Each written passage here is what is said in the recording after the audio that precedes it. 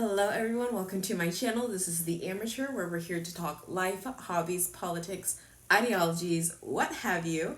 And on today's episode, we're doing a little bit of all of that: politics, ideologies, life, because I'm going to be talking about the 2024 presidential election.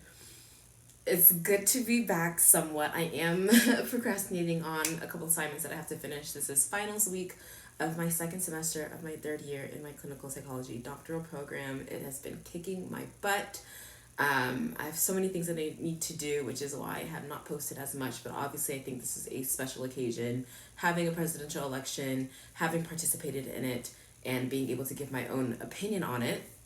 And so I know that these are going to be things that have already been stated and shared, because it's been a month since the elections have happened, and we have less than 2 months before the 20th, when President Trump will be sworn in. All that to say is I'm going to go over for this episode why Kamala, or Kamala, I'm still not exactly sure how to pronounce your name, so sorry, Kamala Harris, why she lost, why the Democratic Party lost, why Trump won, as well as just my kind of personal experiences with voting, why I voted the way I voted, as well as just kind of some final summary moments. So a lot of this is just going to be from my own perspective, my own opinion, my own observations. So note that I'm not representing any sort of one institution, my university, college, organization, what have you. Like, this is my own personal thoughts. These are the things that I've seen, just based off the information about. I have my notes. They are typed up. We're trying to get a little bit more scripted. I do personally like to go off the dome. Oh, I do want to note that this bow here was given to me by a very shy 3-year-old who I got her a little bit more comfortable, to the point where she wanted to gift me a very prized bow, so I did stick that in my hair. And my hair has grown. We love it. We're festive. We did just have a holiday party. This is December, so I'm hopefully gonna actually post this in December still, so that'll be great. So I think the first reason why the Democratic Party lost one is because they did not hold a democratic voting process for their presidential candidate. Or they did hold it, and then they very tyrannically, authoritatively tossed him out and put in someone else that the voters did not vote for. And I think this was their biggest problem, and when called out on it, they will not recognize it, that the party of so-called democracy, and the democracy is going to go away, and the Republicans, like, this will be the last time your democracy happens. And they did not hold another, like, if they did not feel that President Biden was fit enough for office, or fit enough to run again for president, to have been able to hold another election. But because they didn't even do that well the first time when President Biden was selected for to run again, like, this was the debacle that they came into. I think there was something about Nancy Pelosi really trying to pull the strings. I know George Clooney came out with a letter or something of the sort, asking President Biden to step down from re-election. And those are all things that happened, but I think the race may have been more competitive if the actual the Democratic Party voters, the people who say they identify as Democrat, if they actually had an opportunity to, like, look at the choices of people who wanted to run for presidency and have an opportunity to choose them. They never got that.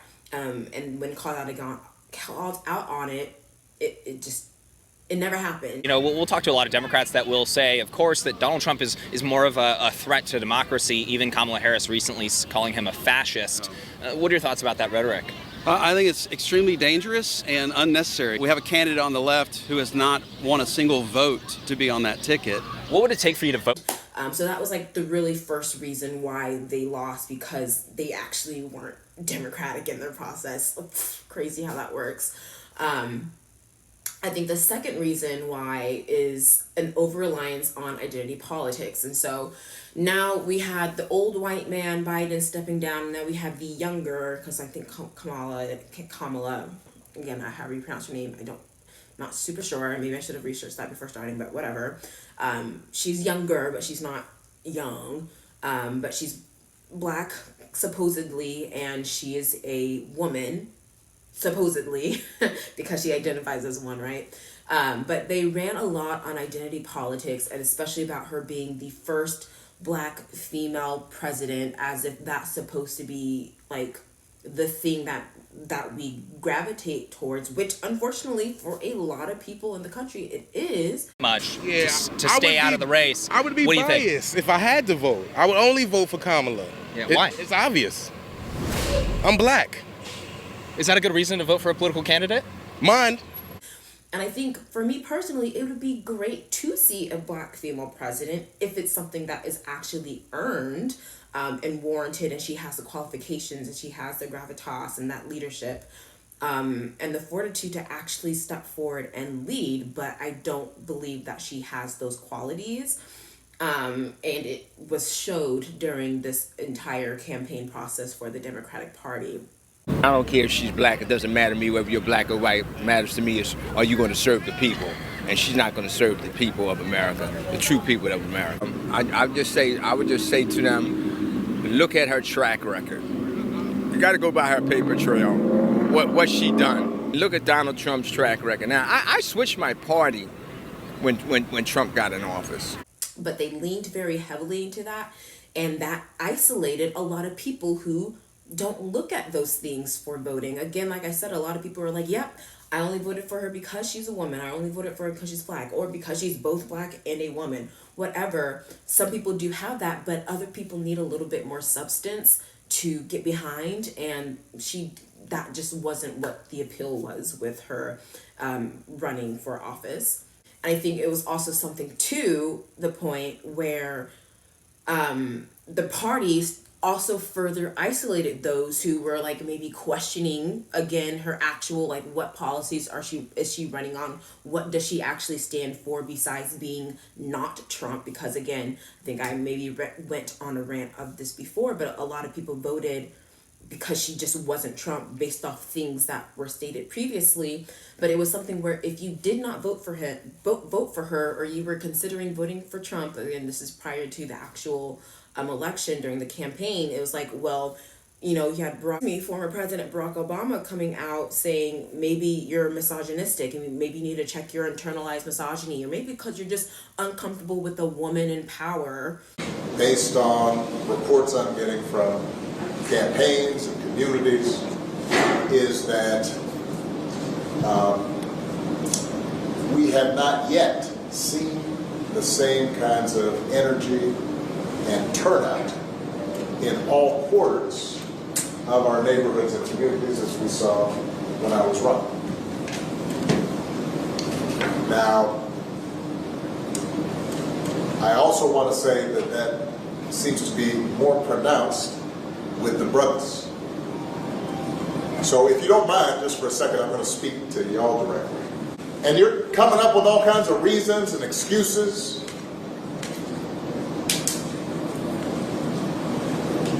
I've got a problem with that, because part of it makes me think, and I'm speaking to men directly now, part of it makes me think that, well, you just aren't feeling the idea of having a woman as president. And you're coming up with other alternatives and other reasons for that. And I think anybody you are talking to in a barbershop, anybody you are talking to in your house, in your family, at church, who is coming with that kind of attitude, I think you have to ask them, well, how can that be? Because the women in our lives have been getting our backs this entire time. Even though we know that that's, especially towards black men particularly, that we know that's not necessarily the case, because unfortunately in the black community, most of the homes are ran by black women. So they've seen it.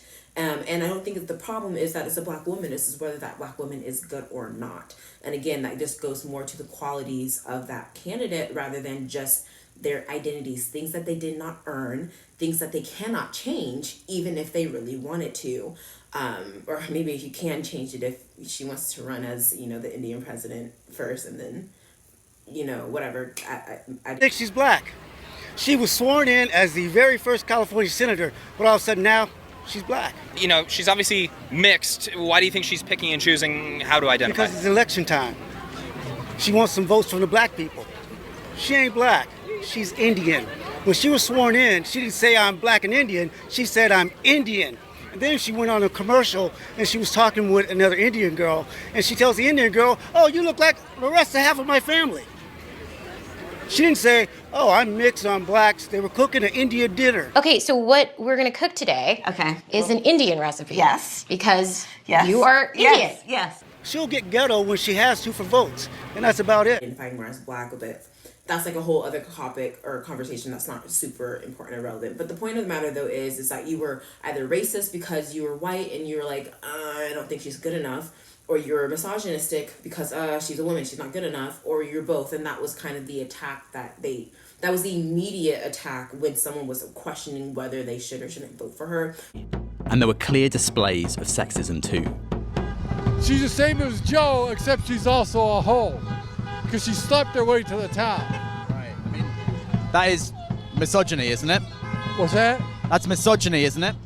Yeah, and she's also in bed with China, just like Joe. Rather than engaging them in a conversation, and they couldn't engage them in conversation because she didn't have anything, like no one had anything to engage with. When you look at all those interviews of people on the street asking why they were voting for Kamala Harris, it was because she's a woman, it's because she's black, because she's not Trump. Those were the three things, and abortion. Well, we could table vice presidential accomplishments. As for policies, what proposed policies excites you about Kamala Harris, to be president of the United States? Yeah, that's a good question. Oh, God.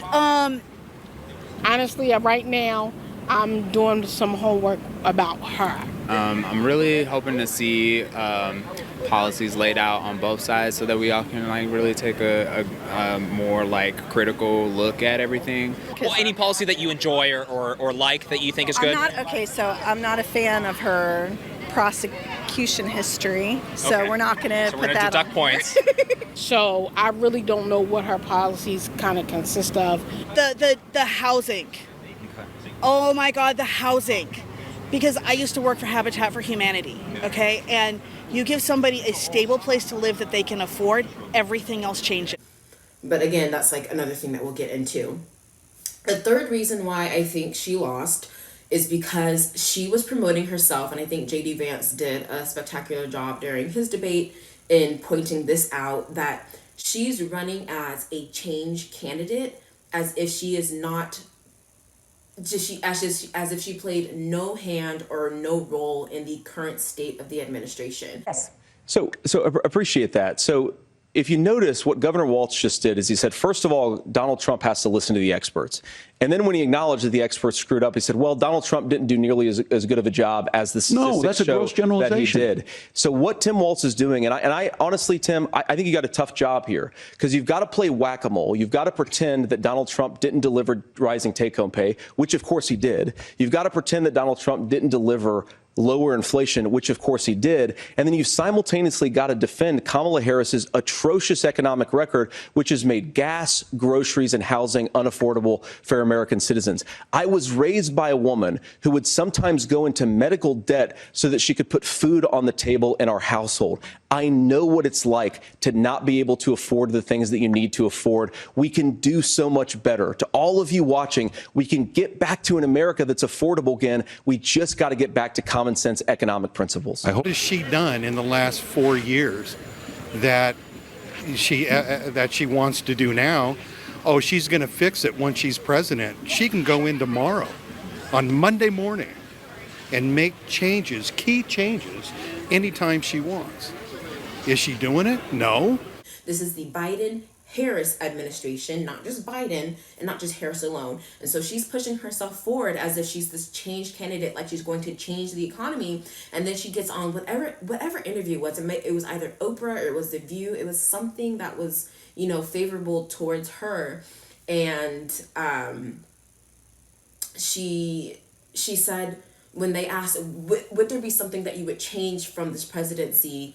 Meaning, like, if you were in power, if you were the person that was the actual president, understanding that usually the vice president needs to fall under the lead and guidance of the president, would you change anything? And she was like, nope, wouldn't change a thing. Everything that is going as it was Harris approved, and we liked it. We thought that was the best that it was. If anything, would you have done something differently than President Biden during the past 4 years? There is not a thing that comes to mind in terms of, and I've been a part of most of the decisions that have had impact. Yeah. The work that we have done, for example, capping the cost of insulin at $35 a month for our seniors is something I care deeply about allowing Medicare to negotiate drug prices. Yes.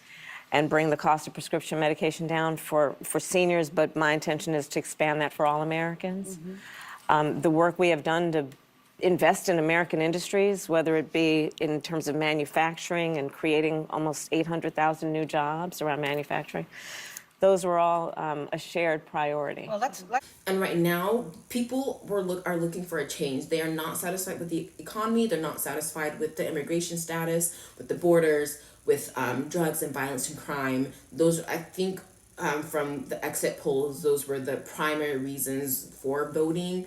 These are the primary reasons why people voted for Trump, and I think I can show that on the statistics. But all that to say is that she ran as a change candidate without being realistic and addressing the fact that she was part of the problem and also now trying to be part of the solution without even providing any sort of substance for how she's going to actually correct the problem. So that's another reason why I believe she lost. Another reason why I think she lost was also because she failed to expand her voter base. So especially when it came, again, it just seems, I'm kind of upset, again, to the first point, that no one in the Democratic Party, protested or was like, hey, actually, can we have a fair chance to pick who we want to represent us? They never got that. But all that to being said is that the Democratic voters and the Democratic Party went along with that forced change of power from Biden running for re-election to now Harris running for election for presidency. They went along with it without batting an eye, because that's what sheep do. They just kind of follow the leader. They don't get to have their voices heard, I guess. For the party of democracy, I guess this is what we do.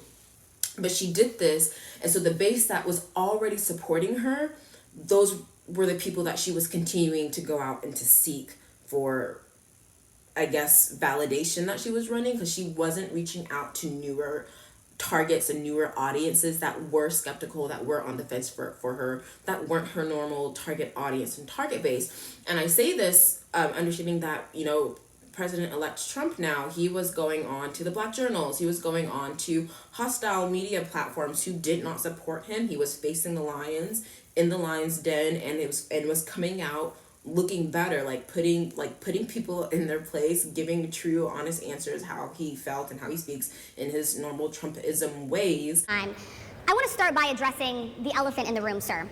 A lot of people did not think it was appropriate for you to be here today. You have pushed false claims about some of your rivals, from Nikki Haley to former President Barack Obama, saying that they were not born in the United States, which is not true. You have told 4 congresswomen of color who were American citizens to go back to where they came from. You have used words like animal and rabid to describe black district attorneys. You've attacked black journalists, calling them a loser, saying the questions that they ask are, quote, stupid and racist. You've had dinner with a white supremacist at your Mar-a-Lago resort. So my question, sir, now that you are asking black supporters to vote for you, why should black voters trust you after you have used language like that? Well, first of all, I don't think I've ever been asked a question in such a horrible manner. First question. You don't even say, hello, how are you? Are you with ABC? Because I think they're a fake news network, a terrible network. And I think it's disgraceful that I came here in good spirit I love the black population of this country. I've done so much for the black population of this country, including employment, including opportunity zones with Senator Tim Scott of South Carolina, which is one of the greatest programs ever for black workers and black entrepreneurs. I've done so much, and and I say this, historically black colleges and universities were out of money, they were stone cold broke, and I saved them, and I gave them long-term financing, and nobody else was doing it. I think it's a very rude introduction. I don't know exactly why you would do something like that. And let me go a step further. I was invited here, and I was told my opponent, whether it was Biden or Kamala, I was told my opponent was going to be here. It turned out my opponent isn't here. You invited me under false pretense. And then you said, you can't do it with Zoom. Well, where's Zoom? She's going to do it with Zoom, and she's not coming.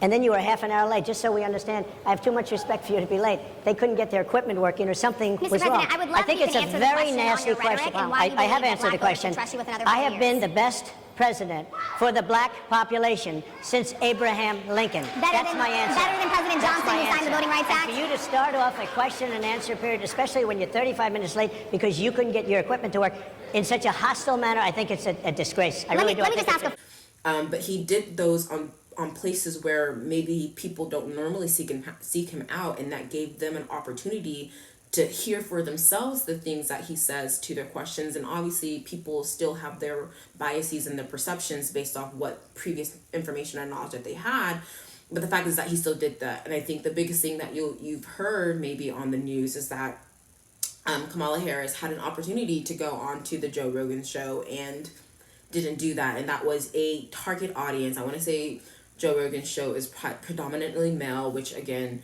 looking later on, we see that it was predominantly like men were the saving grace of voting for Trump. But that was the target audience. Even though you had the White Men for Harris campaign, which I'll speak on my experiences later. But I don't have, that'll have to be another video. My experience will have to be another video. But the point here is that, again, she just failed to expand her voter base. She only stayed with where she was comfortable. She stayed with very friendly media targets who did not give her horrible answers. I want to say the people that she did go see on, they already had their pre-established questions. The whole thing is like, well, they don't know who she is. They don't know who she is. Well, they never really give us an opportunity to learn who she is, what she stands for, what her policies are, because they never really asked those questions. And if the questions were asked, they weren't really pushed back against. If the moderators or the hosts weren't satisfied with their answers, they're just like, okay, that's what she said, trying to throw her a bone for like, hey, why did you change when you flip-flopped? There's no question I'm in favor of banning fracking. So yeah, and starting with what we can do on day one around public lands, right? And then there has to be legislation. But yes, and this is something I've taken on in California. I have a history of working on this issue. And to your point, we have to just acknowledge that the residual impact of fracking is enormous in terms of the impact on the health and safety of communities. Yeah. So thank you. When you were in Congress, you supported the Green New Deal. And in 2019, you said, quote, "There is no question I'm in favor of banning fracking." Fracking, as you know, is a pretty big issue, particularly in your must-win state of Pennsylvania. Sure. Do you still want to ban fracking? No, and I made that clear on the debate stage in 2020, that I would not ban fracking. As vice president, I did not ban fracking. As president, I will not ban fracking. Like, why did you change? Like, the problem isn't that you changed, but like, it's kind of change. It's kind of the problem. But the problem is that you had zero explanation for saying why you said you would ban fracking, how fracking was bad, to now suddenly saying, I would never ban. I never said I would ban. And you could tell because I said I wouldn't do it. It was like, okay, but why? Like, what was the reason? What was the reason? What was the reason? What was the reason? You've got to know.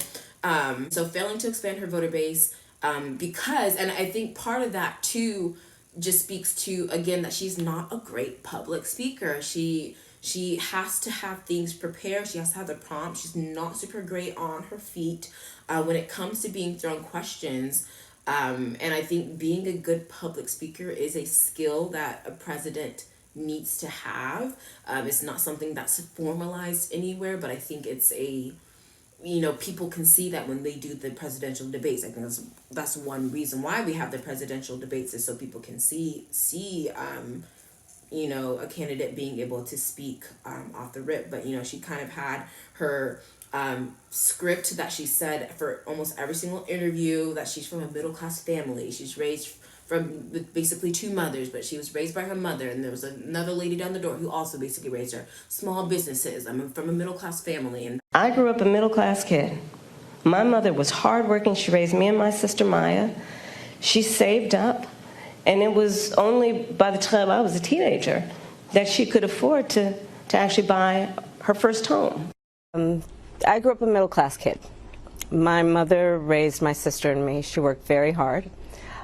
She was able to finally save up enough money to buy our first house when I was a teenager.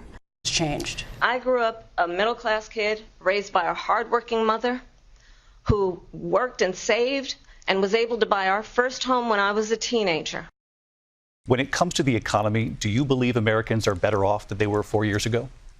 So I was raised as a middle-class kid. I grew up a middle-class kid.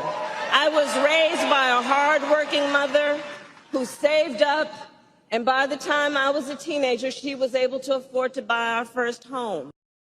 that was what she thought would be relatable for people, but that just wasn't hitting. That didn't really tell us anything, because we never really understood her why. And I say this because I just read a book called Start With Why by Simon Sinek.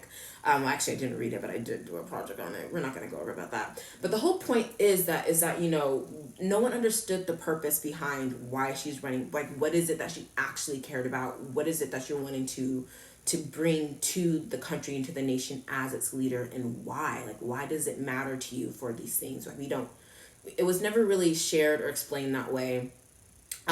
You know, you think you just fell out of a coconut tree. My mother she would give us a hard time sometimes, and she would say to us, I don't know what's wrong with you young people. You think you just fell out of a coconut tree? You exist in the context of all in which you live and what came before you. And being unburdened by what has been, like, can be, and be unburdened by what has been, you know? What can be unburdened by what has been. What can be unburdened by what has been. What can be unburdened by what has been. What can be unburdened by what has been. What we can see, what we believe can be unburdened by what has been. What can be unburdened by what has been. What can be unburdened by what has been. These things that she just says over and over and over again. Not a good speaker. And also why she didn't venture out to social media platforms that wouldn't necessarily cater to how she normally spoke. Another reason why I think she lost as well was because she basically ran on abortion and on quote unquote reproductive rights, which aren't a thing. I mean they are, but not in the context of abortion. Like, mothers do not have a right to kill their children. That is like a plain simple thing. That's not like a right that you have. It's something that you can do because you have autonomy, but you can also, that's why we also prosecute mothers who, you know, leave their babies alone, who are neglected, who kill their children when they're outside the womb. But mothers just don't have the right to kill their children. But that was the platform that she ran on. And obviously for me, being who I am and that I just absolutely abhor abortion, I would call myself an abolitionist for abortion. That's what I was looking for. So that obviously didn't resonate with me. And I think any country that is willing to sacrifice their children on the altar of fear, of success, of just irresponsibility has never been a country or nation that God favored. And I think that just speaks a lot to, you know, the values that we want to uphold as a nation. So never liked abortion, but that is what she ran off. And as I'll get into maybe in another video, is that most people did not, like, abortion wasn't a primary thing. A lot of polls indicating that Donald Trump is losing support with women. Well, that too is crazy, because most of the women who are voting for Kamala are voting on one issue, and that's abortion. And I'm sorry to say, as a woman, if that's the only thing that's important to you in your life with everything else that's going on in this country is abortion, then I feel sorry for you. Roe v. Wade was already overturned. It's to the states. You now have actually more power in your state to have your states regulate abortion the way that you want it to be. Also, for President Trump, like, that also wasn't a big thing on his priority. He's for the exceptions that most people are comfortable with, which would be rape, incest, threat of the life of the mother, which, again, I've had another video which I've already talked about why those aren't great reasons for abortion. And go check those out if you just want to go see that. But she ran on that, and that just, it only mattered to women, and it only mattered to liberal women who were already in the Democratic camp. So that was like the main reason as well that voters voted for her, but it wasn't an important enough reason, especially again when she wasn't targeting that male base enough. And most of the men who already want abortion aren't usually the men who you want leading things, because they're the ones who are denying their responsibilities and the things that they do. So I just want to say that there. I think lesser reasons for why she didn't win, again, was just her inability to speak publicly, but then also I think her running mate, Waltz, I don't even know what his first name is. Oh gosh. I just know Governor Waltz, I think of Michigan, that he wasn't probably the strongest choice. I couldn't tell you. He's very awkward, in my opinion, weird, if you will. I know that was the word that they wanted to use towards J.D. Vance, but he just wasn't very strong or confident, and he didn't really have a leader presence. And then his wife is also awkward and a little bit weird. But we had to turn the page, right?